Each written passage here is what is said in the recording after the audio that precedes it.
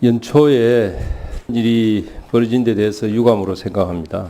사실 국회가 항상 이게 여야 합의가 원칙이고 또 여야가 이렇게 서로 얼굴을 맞대면서 같이 대화를 하는 것이 원칙인데, 이 회의 자체를 우리 이재명 대표 헬기 이송, 서울대병원 이송 사건에 대한 권익위 조사, 이 부분에 대한 것, 또 경찰에서 대테러 센터 총리실에 보낸 문자에 대해서 현안 질의를 하겠다 해서 이렇게 일방적으로 지금 오늘 또 재회의가 진행이 된 것입니다. 지금 우리가 반대를 했던 이유는 사실은 이재명 대표가 부산에서 테러를 당했죠. 범죄를 당한 겁니다. 그게 그 당시에 부산대병원에서 서울대병원으로 특별한 대우를 받아서 이송이 됐습니다. 그 과정에서 헬기가 이용이 됐습니다.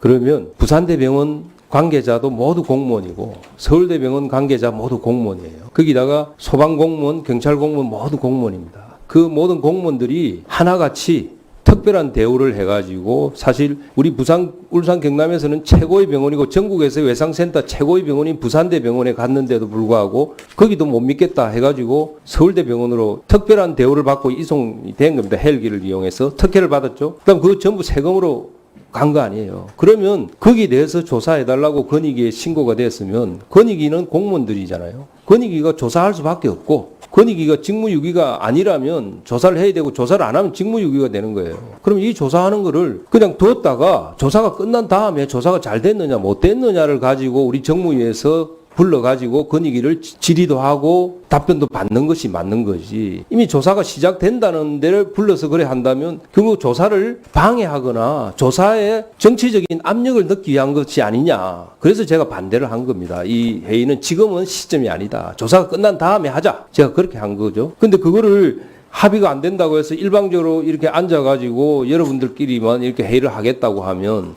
작년에 날치기를 여러 번 하셨지 않습니까? 그거하고 다른 게 뭐 있습니까? 24년에도 또 날치기로 시작한다? 정말 저는 이게 유감이다.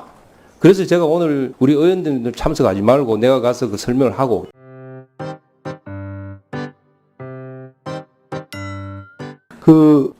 홍콩 ELS 부동산 PF 민생 현안 금융 관련 이슈 당연히 있기 때문에 정무위가 열려야 되는 거고요. 김건희 여사 명품백 수수 문제, 우리 윤한홍 의원께서 쉴드 치는 건 이해가 되는데, 그러면 명품이 기념품입니까? 기념품이 아니잖아요. 명백하게 국민들이 볼 때 뇌물로 보고 있는데, 그럼 여기에서 정무위원회에서 밝히는 것은 당연하다. 그리고 그 당시 권익위가 왜 이 문제에 대해서 소극적이었는지에 대해서 밝히는 것은 정무위원회 활동의 가장 중요한 사안 아니겠습니까? 거의 유일임 방송통신심의위원회 민원사주 의혹도 일고 있어요. 방심위가 공익자 제보자 색출을 하고 있는데, 제보자 측이 권익위의 제보자 색출을 중단할 요청을 했는데 그것도 제대로 안 되고 있단 말이죠. 이 문제도 좀 밝혀야 될 것 같고요. 당연히 정치 테러 문제, 총리실 산하 이 대테러 센터가 어떤 역할을 했는지, 과연 국정원과 연관이 됐는지, 이 문제 우리 정무위원회에서 밝혀야 되는 거 아니겠습니까? 그래서 이와 관련해서 증인들을 불러서 오는 29일 현안 질의를 정무위원회가 개최가 필요하다고 생각됩니다. 그래서 민생 현안을 비롯해서 김건희 여사 명품백 수수 의혹, 정치 테러 사건에 대한 긴급 현안 질의 관련 증인 출석 요구 여건을 제가 서면으로 좀 요청을 드리는데요. 방기선 국무조정실장, 김주현 금융위원장, 이복현 금융감독원장, 유철환 국민권익위원장, 김혁수 대테러 센터장, 이렇게 저희가 증인 출석을 요청드립니다. 서면으로 제출했는데 의결해 주시기 바라겠습니다.